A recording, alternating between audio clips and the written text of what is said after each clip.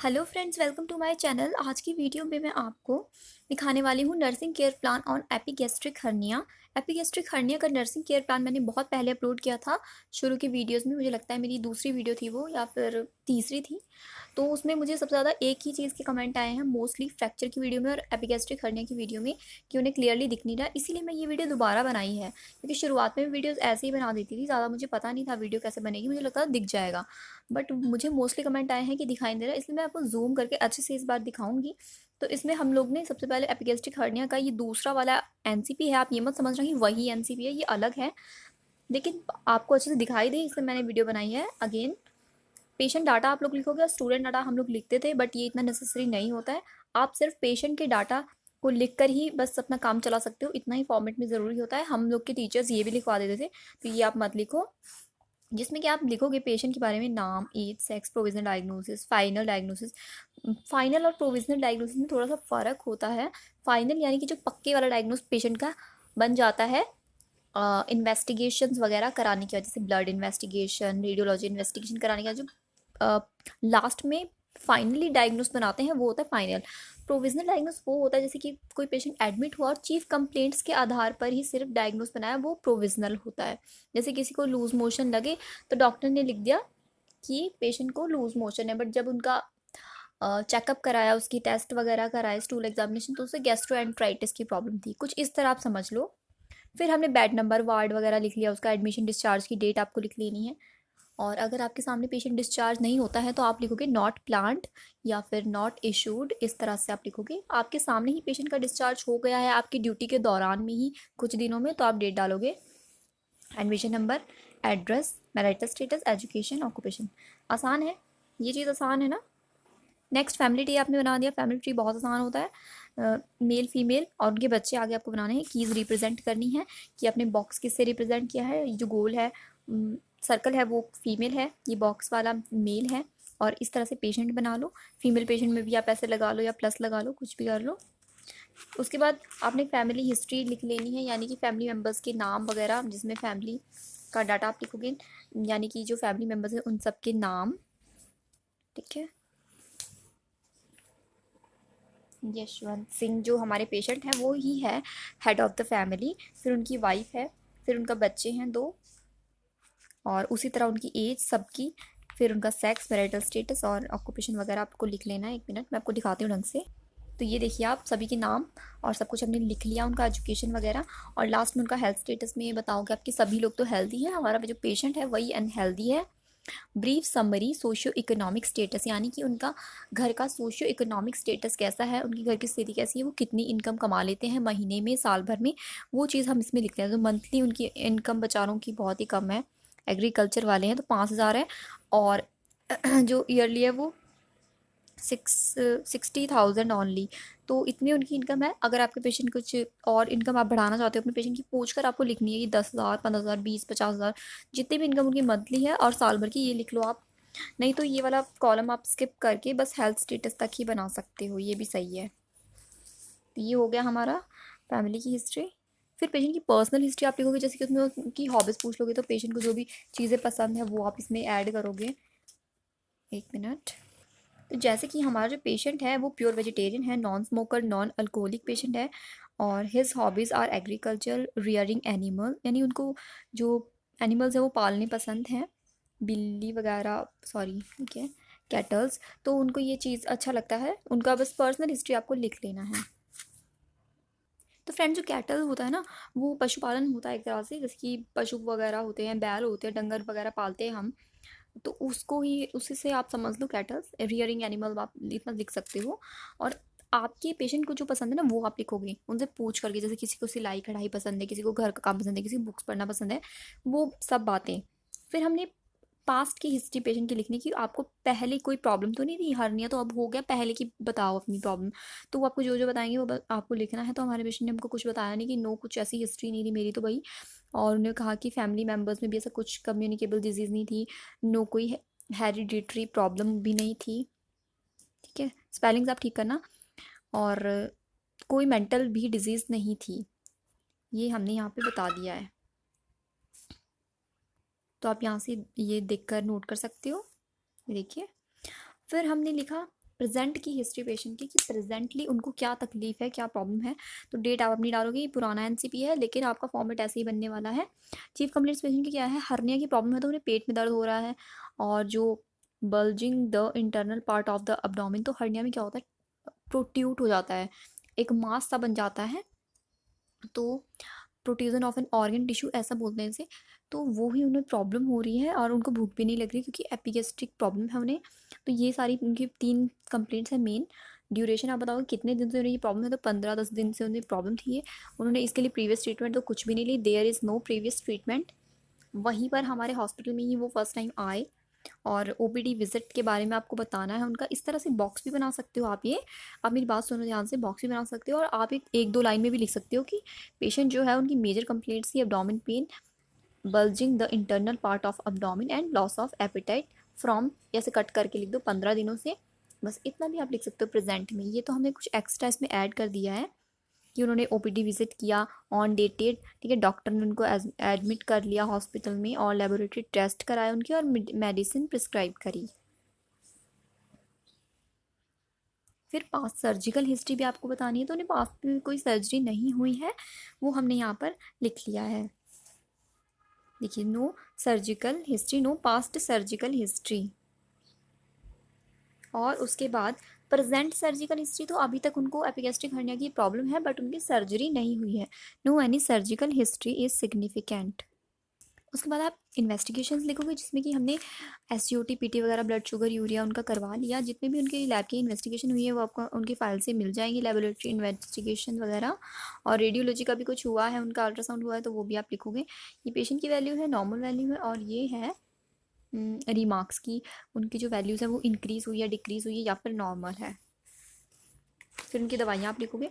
तो जितने भी NCPs की स्टडी, हेल्थ टॉक, जो भी चीज़ मैं आपको समझाती हूँ आप ध्यान से सुना करो, तो आप बना पाओगे अपना कोई भी NCP बिना किसी मदद के, बिना किसी कॉपी किए आप ऐसे ही बना पाओगे। वरना तो आप सिर्फ इस तरह से देख ही कर ही बना पाओगे। कोशिश करो कि आप बिना देखे बनाओ, आपको फॉर्मेट पता हो और खुद से अपना NCP तैयार करो। उनकी दवाइयाँ थी वो diclofenac B complex, paracetamol, ibuprofen को ये दवाइयाँ दी गई क्योंकि उन्हें दर्द की समस्या है, और ये दर्द के लिए दी जाती है। मल्टीविटामिन्स होती हैं, पैरासीटामोल बुखार में होती है और आइबुप्रोफेन भी इसलिए दी जाती है क्योंकि दर्द वगैरह, और एंटी इन्फ्लामेटरी का भी काम करती है, ये सूजन को कम करती है। फिर उसके आपको डोज लिख देना है, ठीक है। तो ये आप टैबलेट लिख सकते हो, आइबुप्रोफेन की टैबलेट आप कर देना यहाँ पे चेंज, इसको टैबलेट बना दो क्योंकि ये 2 ml नहीं करना है इसको। आप इसको टैबलेट बना दो, 1 टैबलेट लिख दो डोज में। और फ्रीक्वेंसी कितने टाइम देना है दिन में, ठीक है, OD BD वो सब लिखते हैं, OD 1 बार, BD दिन में 2 बार। सॉरी ये तो गलत हो गया, 1 मिनट रुको, ये जो था ना इधर उधर हो गया है। रूट में आप लिखोगे, रूट में आपको लिखना है, जैसे कि अगर रूट है, इंजेक्शन है तो IM लग रहा है, वो है ना IV लग रहा है, और अगर टैबलेट है तो फिर ओरली देंगे उसे। तो ये चीज़ यहाँ पर आएगी और ये चीज़ यहाँ पर आएगी, ठीक है। ये आप इतना क्लियर हो गया ना आपको, ये चीज़ यहाँ पर आएगी और जो OD है वो इधर लिखोगे आप, ये देखिए इस तरह से। क्योंकि रूट में तो हम यहाँ लिखते हैं IM IV सबकुटेनियस ओरली, और इसमें हम लिखते हैं BD OD TDS, ठीक है, स्टैट QID वो सब चीज़ें, कि दिन में कितनी बार दिया वो फ्रीक्वेंसी हो गया। एक्शन हमने दवाइयों को लिख दिया कि जो डिक्लोफेनिक है वो अनाल्जेसिक है, फिर मल्टीविटामिन, एंटीपायरेटिक, अनाल्जेसिक, एंटी इन्फ्लामेटरी। तो ये आपको अच्छे से दिखाई दे रहा होगा, ये देख सकते हो आप। फिर उसके बाद अपना फिजिकल एग्जामिनेशन हमने स्टार्ट कर दिया। तो फिजिकल एग्जामिनेशन जनरल अपीयरेंस आप लिखोगी, ठीक है। तो जनरल अपीयरेंस में कंप्लीट पेशेंट को आपको फिजिकली एग्जामिन करना है। पहले तो उनका आपको लिखना है जेंडर और रेस, ठीक है, कि वो क्या हिंदू मुस्लिम क्या है वो। और फिर आपको एज, बॉडी बिल्ड देखना, उनका पतले मोटे कैसे हैं, वो मॉडरेट हैं। गेट लिखना है कि उनका जैसे पोस्चर वगैरह होता है ना वो कैसा है। किसी किसी को जैसे काइफोसिस वगैरह होता है ना, तो वो वाली प्रॉब्लम्स इसके अंदर आती है। उनका गेट जो है वो नॉर्मल है। नरिशमेंट देखना है आपको कैसा है, हेल्थ देखनी है उनकी, तो वो हेल्दी हैं, जाहिर सी बात है, पेशेंट हमारा एडमिट है। एक्टिविटी देखनी है, कुछ पेशेंट काफ़ी डल होते हैं, उदास होते हैं, कुछ पेशेंट होते हैं बीमार होते हैं फिर भी एक्टिव होते हैं, खुश होते हैं, ऐसा कुछ वो शो नहीं करते हैं। अब PNS देखना है तो फियर उनको लग रहा है, ये फियरफुल हैं, डरे हुए लग रहे हैं। फिर मेंटल स्टेटस हम पेशेंट का कैसे चेक करेंगे, उनका कॉन्शियस स्टेटस, सबको कॉन्शियसनेस उनको देखना है। फिर वही पोस्चर यहाँ पे आ गया पेशेंट का, तो कर्व्स, तो नॉर्मल है। मूवमेंट आपको चेक करना, पेशेंट कैसे चल रहे हैं, कैसे उनको कुछ प्रॉब्लम तो नहीं, लड़खड़ा तो नहीं रहे हैं वो सब बातें। हाइट वेट हमने लिख लेनी है पेशेंट की। फिर स्किन का देखना है, स्किन कैसी है पेशेंट की, तो स्किन का कलर, मॉइस्चर, टेम्परेचर, टेक्सचर और टर्गर देखना होता है, जो कि हमने यहाँ पे लिख लिया कंप्लीट उनका बारे में। नेक्स्ट इस अभी जो चल रहा है वो स्किन का ही चल रहा है कंटिन्यूशन में, इसमें कि अडीमा, लीजन और नील्स के बारे में हम सब कुछ देखेंगे कि उनको कहीं पर अडीमा तो नहीं है और कोई लीजन तो नहीं है। फिर हेयर एंड स्कैल्प चेक करोगे, जिसमें कि आप पेशेंट को कुछ डैंड्रफ वगैरह तो नहीं है, कुछ इची हेयर्स तो नहीं है। और फेस के बारे में कलर लिख लिया। आइज़ के बारे में लिखोगे उसके बाद, तो आइज़ के जितने पार्ट्स होते हैं कंप्लीट वो सब इसमें इंक्लूड हो जाते हैं, तो कुछ क्या कुछ उसमें मिस नहीं करना होता। जैसे प्यूपिल, स्क्लेरा, कंजक्टाइवा, इनमें कुछ भी प्रॉब्लम है। वैसे तो जब पेशेंट को प्रॉब्लम अब्डोमेन में है, एपिगेस्ट्रिक प्रॉब्लम है, हर्निया की प्रॉब्लम है, तो और चीज़ें आप नॉर्मल लिखोगे, मेन चीज़ आप अब्डोमेन वाली चीज़ पे फोकस ज़्यादा करोगे, उसी में आपको थोड़ा सा हेर फेर करना होता है। नोज़ का भी हमने लिख लिया इस तरह से। तो ईयर नोज़ में तो आपको उनका ऑल्फैक्टरी सेंस देखनी है, और उनकी जो ईयर में होता है कि हियरिंग कैसी है, बस ये चीज़ इसमें आएगी। नेक्स्ट उनका माउथ एंड फेरिंग्स आ जाएगा, जिसमें कि लिप्स और टीथ आ जाते हैं, गम्स आ जाते हैं। फिर आप लिखोगे उनके बारे में, नेक के बारे में लिखोगे कि उनके लिम्फ नोड्स, थायरॉइड ग्लैंड के बारे में देखोगे आप। चेस्ट देखोगे, पेशेंट की चेस्ट की शेप और साउंड कैसी है, कुछ वीजिंग साउंड तो नहीं, या फिर अलग दूसरी साउंड कुछ ख़राब जैसी साउंड होती है ना वो। फिर अब्डोमेन, मेन चीज़ जो आती है वो अब्डोमेन की आती है, तो इंस्पेक्शन जब करी तो अब्डोमेन नॉर्मल है उनका। फिर पैल्पेशन में भी उनका ऑस्कल्टेशन है और बाउल साउंड भी है। पैल्पेशन में वो सब नॉर्मल है, कुछ ऐसा प्रॉब्लम नहीं है। पैल्पेशन में आप लिख सकते हो कि मास प्रोट्यूटेड है, जैसे कि हमने नॉर्मल लिखा है ना, तो आप लिख लो कि protruded mass present in the epigastric region, बस इतना आप लिख लो, क्योंकि ये हर्निया की प्रॉब्लम है। थोड़ा सा कुछ सोच समझ के लिखना होता है। फिर परकशन, तो कोई फ्लूइड ऐसा कलेक्शन नहीं है, और ठीक है। नर्सिंग एग्जामिनेशन हमारा पूरा हो गया, सॉरी फिजिकल एग्जामिनेशन। फिर हमारे नर्सिंग डायग्नोस जो मेन चीज़ है, acute pain related to disease condition, तो यहाँ पर या तो आप सर्जरी लिखो या फिर सर्जरी मत लिखो, क्योंकि अगर पेशेंट की सर्जरी नहीं हुई है तो ये ना लिखो। डायग्नोस हम थोड़ा सा सोच समझ के बनाते हैं, क्योंकि हर्निया जैसी प्रॉब्लम में सर्जरी होती है, इसलिए ब्रैकेट में सर्जरी लिखा हुआ है। और दूसरा है इम्पेयर्ड न्यूट्रिशनल स्टेटस, क्योंकि पेशेंट को भूख नहीं लग रही है। फिर altered body temperature related to intensity. Altered sleeping pattern भी उनका अल्टर्ड हो गया है, किस वजह से, क्योंकि डिस्कम्फर्ट है और उनको पेट दर्द भी है। फिर नॉलेज डेफिसिट का एक आपका बन जाएगा। फिर एक बन जाएगा risk of infection related to surgery of the disease condition. तो ये सारी चीज़ें हैं। फ्रेंड्स, मैं आपको एक और बात बताती हूँ कि आप आगे जब हम लिखते हो ना प्रेजेंट सर्जिकल हिस्ट्री, उसमें आप लेप्रोटमी लिख सकते हो, ठीक है, उसमें आप लेप्रोटमी लिख सकते हो। मैंने आपको दिखाया नहीं है, ना ही हमने लिखा है पेशेंट की नहीं हुई सर्जरी, बट आप लोग लिख सकते हो, क्योंकि हमने डायग्नोज कुछ इस बेस पे बनाए हैं, तो ये मैं आपको इसलिए बता रही हूँ। अगर आप सुन रहे हो मेरी बातें तो बहुत अच्छी बात है, अगर आप कॉपी करने में ध्यान दोगे फिर आपको फिर कुछ समझ में नहीं आएगा। वन बाय वन करके एक एक डायग्नोज को आपको एक्सप्लेन करना है। सबसे पहले हमको एक्यूट पेन वाला वैसे एक्सप्लेन करना होता है, बट इसमें जैसे ये वाला पेज लग गया है पहले, तो यही आप देख लो। इम्पेयर्ड न्यूट्रिशनल स्टेटस का डायग्नोस हमने कंप्लीट एक्सप्लेन किया, जिसमें कि आपको असेसमेंट सबसे पहले करना होता है, फिर अपना गोल बनाना है कि उसका न्यूट्रिशनल स्टेटस इंप्रूव करना है, इंटरवेंशन करोगे आप, इम्प्लीमेंटेशन करोगे, लास्ट में इवेलुएशन करोगे, ठीक है। तो ये बिल्कुल आसान काम है।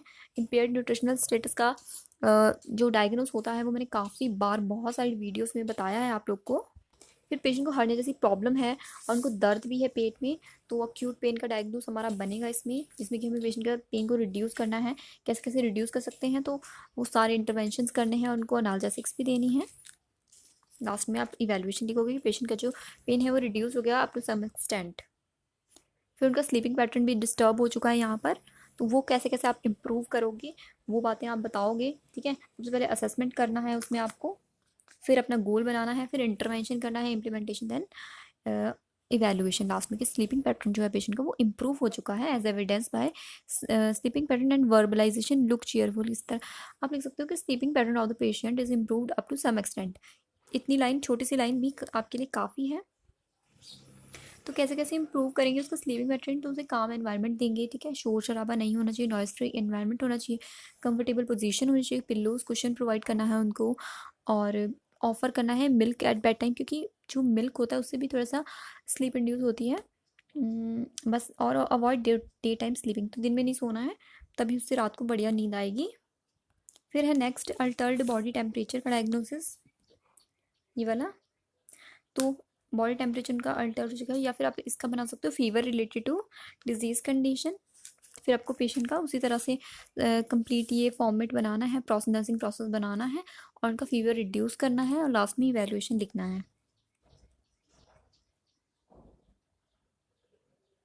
और लास्ट में जो आपका डायग्नोस बनता है वो नॉलेज डेफिसिट का होता है, जो सबसे ज़्यादा आसान होता है। हर एक डायग्नोस, हर एक एनसीपी में ये वाला डायग्नोस आप बना सकते हो, और सबसे ज़्यादा आसान डायग्नोस होता है नॉलेज डेफिसिट का, जिसमें कि हमको पेशेंट की नॉलेज को इंक्रीज़ करना होता है। सबसे पहले असेसमेंट करना होता है, और उसके बाद गोल बनाने के बाद अपना इंटरवेंशन क्या करेंगे, पेशेंट को हेल्थ टीचिंग देंगे, हेल्थ टॉक्स देंगे, सारे उसके डाउट्स क्लियर करेंगे, जो भी प्रोसीजर उसका होगा, जो भी सर्जरी उसकी होगी, सबसे पहले उसको उसके डाउट्स क्लियर करेंगे, सब कुछ उसे बताएंगे कि आपकी सर्जरी में ये सब होगा, इतना दर्द होगा, और घबराने की ज़रूरत नहीं है, बिल्कुल ठीक हो जाओगे। इस तरह से उसके डाउट क्लियर करने हैं। यही होता है कि पेशेंट को नॉलेज नहीं है, और उन्हें नॉलेज आपको देनी है, ठीक है, उनकी बीमारी के बारे में, उनके ट्रीटमेंट के बारे में, उनके प्रोसीजर्स के बारे में। और लास्ट में सबकी तरह ही आपको इवैल्यूएशन लिखना है कि पेशेंट की जो नॉलेज है वो इम्प्रूव हो गई है कुछ हद तक, और अपनी हेल्थ एजुकेशन प्रोवाइड की, हेल्थ टॉक उनको दी, तब उन्हें उनकी नॉलेज जो है वो इम्प्रूव हो गई। और दोस्तों ये ऐसे नर्सेज नोट होते हैं जो इतने ज़्यादा नेसेसरी नहीं होते। कुछ बच्चे पूछते हैं कि नर्सेज नोट कैसे बनाए जाते हैं, देख लीजिए इस तरह नर्सेज नोट होते हैं, बिल्कुल आसान होते हैं, मुश्किल नहीं होते नर्सेज नोट बनाने। पेशेंट वगैरह के बारे में आप सबका लिख लेते हो उसमें, फिर उनके वाइटल्स टाइम, मेडिकेशन कौन सी थी उसका टाइम, इंजेक्शन का टाइम, डाइट आप लिखोगे क्या खाया, यूरिन स्टूल पास किया कि नहीं किया, और लास्ट में रिमार्क कि आपका पेशेंट कैसा है, कैसे उनके वाइटल्स हैं वो। तो इतना ही होता है। 3 नर्सेज नोट आप बना सकते हो, बिल्कुल ऐसे ऐसे ही बना दो, सेम डेट चेंज कर लेना। ओके। और अगर यूरिन पास नहीं किया है कि तो आप लिखोगे नॉट पास्ड, ठीक है। लास्ट में आप लोगों को हेल्थ एजुकेशन बनानी है पेशेंट की, उनके कंडीशन के अकॉर्डिंग ही हेल्थ एजुकेशन बनानी है, कि पर्सनल हाइजीन के बारे में उन्हें बताना है, न्यूट्रिशनल स्टेटस, न्यूट्रिशनल मेजर्स के बारे में बताना है कि उनको हाई प्रोटीन डाइट लेनी है, और जो स्पाइसी फूड होते हैं, ऑयली फूड होते हैं, वो अवॉइड करने हैं, हरी सब्जियां खानी है, फ्रेश सीजनल फ्रूट्स लेने हैं। कंफर्ट एंड रेस्ट के बारे में बताना है कि अच्छे से उनको रेस्ट करना है कंप्लीट, और अच्छे से फॉलोअप करना है, अपनी मेडिकेशन टाइम से लेनी है, विदाउट प्रिस्क्रिप्शन दवाइयाँ नहीं लेनी हैं। और उन्हें हैबिट मेजर के बारे में बताना है कि जो स्मोकिंग होती है, अल्कोहल होती है, टोबैको क्विट करना है, अगर लेते हैं तो अवॉइड करना चाहिए उसे, क्योंकि वो हर बीमारी की जड़ है। फिर डस्टी स्मोकी एनवायरनमेंट अवॉइड करना है, एंड फॉलोअप के बारे में लास्ट में जैसे मैंने आपको बताया ही है वो। और आप बिब्लियोग्राफी लिख लो, मेडिकल सर्जिकल नर्सिंग की जो बुक होती है उससे आप बनाओगे, तो वो आप अपने अकॉर्डिंग बना लेना, पेज नंबर लिख लेना बिब्लियोग्राफी में, ठीक है। Okay friends, thank you.